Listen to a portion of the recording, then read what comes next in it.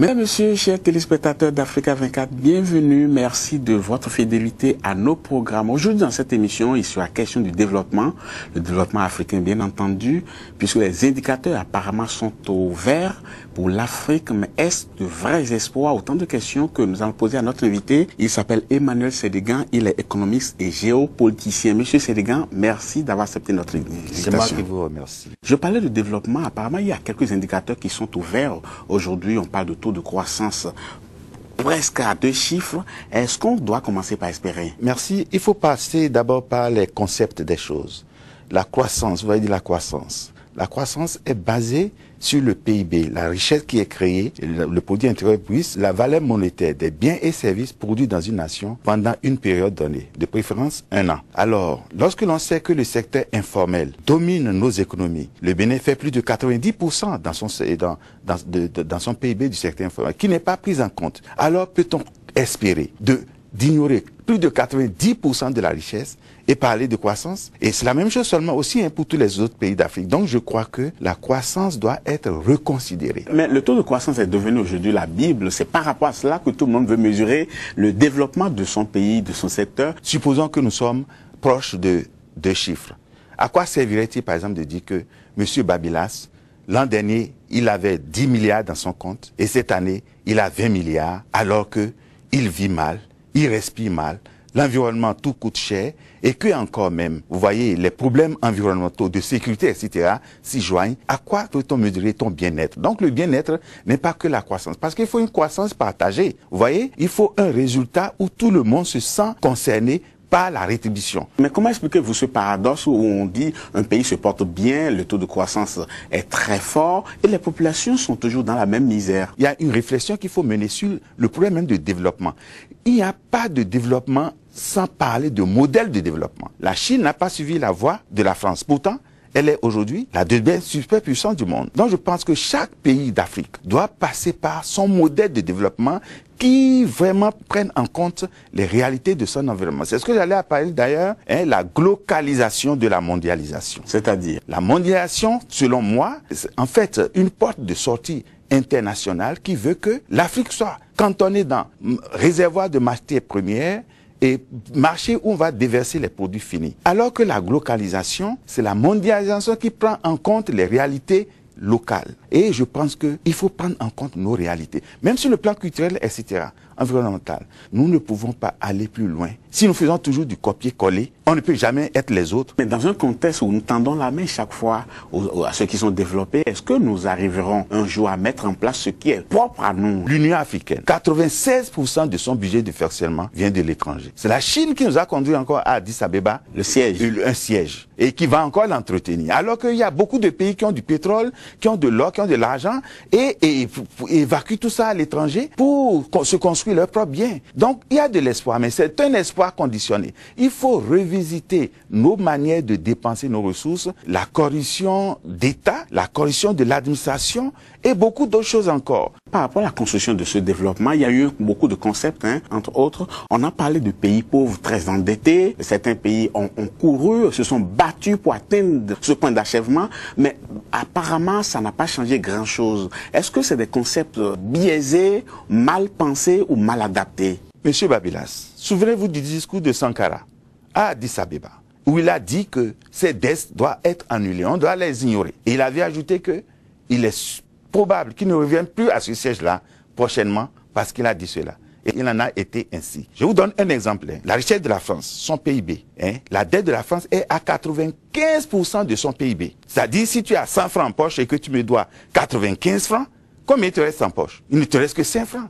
D'où vient-il que cette France, qui n'a même pas un demi-verre de pétrole, 1 gramme d'uranium, s'autofinance et finance d'autres pays? Ce sont des concepts qu'il faut voir et voir comment on en arrive là. Et c'est pour dire que c'est un modèle, c'est ça aussi? Non, c'est l'Afrique qui finance le développement de l'Occident et non pas l'inverse. Oui, mais c'est ce que j'ai entendu cela de vous. Mais expliquez-nous un peu comment l'Afrique, qui n'arrive pas à financer son propre développement, arrive à financer le développement des autres. Voici, quand le président tunisien a fui le pouvoir, vous savez combien il a? Ben Ali, vous le dites. Ben Ali.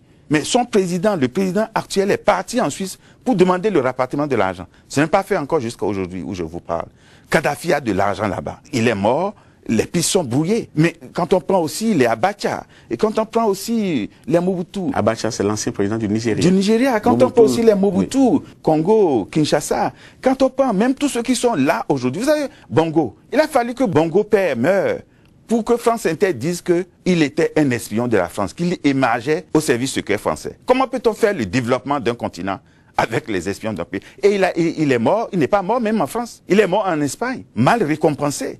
Aujourd'hui, on s'attaque à beaucoup de chefs d'État. Le président de la Guinée. La Guinée équatoriale. Oui. Et son fils, etc. Et ils ont des biens, etc. Je crois que l'Occident nous aide beaucoup aussi à identifier ces genres de choses, pourvu que ça soit réel, mais qu'on les saisisse et qu'on nous amène. Et qu'on lève le secret bancaire. L'affaire Cahuzac en France.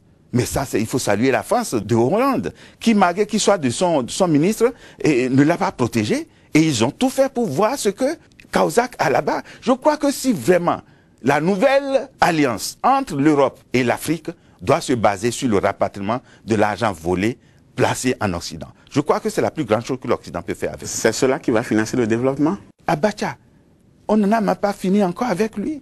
Il y a une partie qui est encore restée là-bas. Je crois que ce qu'il faut pour notre développement, c'est d'éviter que l'argent qui est créé ici reparte, ou bien qu'il y ait beaucoup d'éléphants blancs. Parce qu'il y a beaucoup de choses que l'on fait ici, et c'est des éléphants blancs. Oui, mais vous disiez tout à l'heure qu'il faut rompre avec un certain nombre de clichés. J'ai parlé des concepts de pays pauvres, très endettés, où les États se battent pour atteindre le point d'achèvement. Mais est-ce que vous avez senti dans ces États qui ont atteint ce point-là que le développement s'est amorcé réellement? Il y a des pays qui ont du pétrole, mais il n'y a pas de route dans ces pays-là. Ils ont de la forêt. Et le peuple souffre, alors que ceux-là ont des biens partout. Est-ce qu'on peut dire que ce développement est partagé? Non, ce n'est pas parce qu'il y a une croissance, une accumulation de richesses, que l'on peut dire que le peuple se porte bien. Et vous allez comprendre aussi que même sur le plan politique, il y a du clientélisme. Pour devenir ministre dans certains pays, dès qu'ils sont nommés ministres, ils doivent organiser des messes de remerciements, etc. Ça veut dire que c'est même pas mérité. Vous avez vu en France... Faites allusion à quel pays? Je fais allusion à mon pays, le Bénin. Ah. Ce qui est anormal, tu es nommé, tu exerces le droit d'ingratitude et tu fais ce pourquoi tu es nommé. Mais c'est juste une manière d'implorer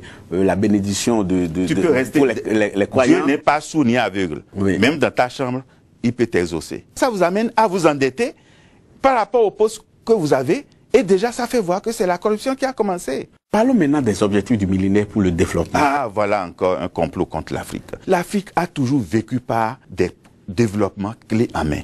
Ce qui est fabriqué dans les tours de Washington, on vous l'impose, voyez ce qui est bon pour vous. Mais dites-moi, Babylas, connaissez-vous un pays dit développé qui ne soit pas un pays industrialisé? Un seul pays. Donc quand on dit que c'est un pays développé, c'est d'abord un pays industrialisé. Mais qui empêche l'Afrique de s'industrialiser alors? Nos propres citoyens, nos propres dirigeants, avec la complicité de l'extérieur. Comment il faut corriger maintenant les OMD? Il faut mettre dans les OMD l'industrialisation, les infrastructures, et il est capital aussi dans toutes ces infrastructures de mettre l'énergie. Est-ce que vous ne brisez pas l'espoir de nombre de populations, de nombre d'États qui se battent pour atteindre ces objectifs-là? Non mais écoutez, j'ai d'abord dénoncé les développements qui en main. Ce n'est pas aux autres de nous proposer ce qu'il nous faut. C'est à nous maintenant de proposer le chemin qu'il nous faut. Et si quelqu'un veut se joindre à nous, il vient. Nous allons finir avec une prise de conscience d'un certain nombre de choses qui instaurent l'instabilité sur le continent. On voit des crises un peu partout.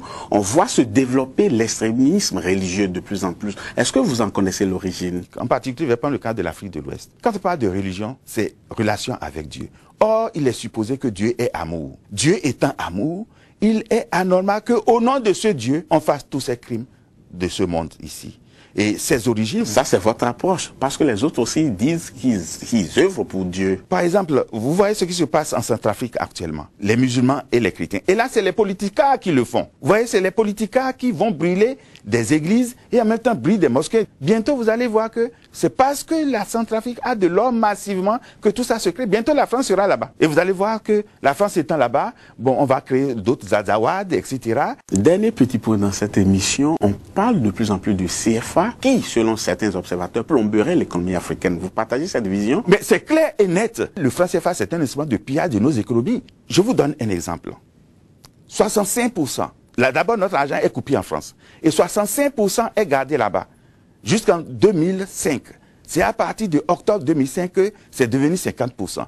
Et ces 65%, le jour où il y aura rupture avec le franc CFA. Je dis que quand il y a divorce, les gens s'asseyent pour te partager les biens quand c'est régime communautaire. Et c'est ça qui doit se passer. Nous n'avons jamais oublié ces 65% que la France a placé et fructifié. Et on ne sait jamais à quoi ça a servi. Et aucun pays. Demandez à Yaïboni, demandez à Ouattara, qui sont dans les institutions, qui ont fait les institutions là, d'un pays là. Combien le Bénin a de 65% réservés là-bas? Ils ne savent pas. Combien la Côte d'Ivoire, 65%, est devenu 50% réservé là-bas? Ils ne savent pas. Mais la bonne nouvelle, c'est celle-ci. Pour l'Afrique de l'Ouest, j'étais heureux de savoir qu'il y a quelques jours, nos présidents se sont rassemblés à Abuja, de la CEDEAO, et veulent frapper une monnaie commune d'ici 2020.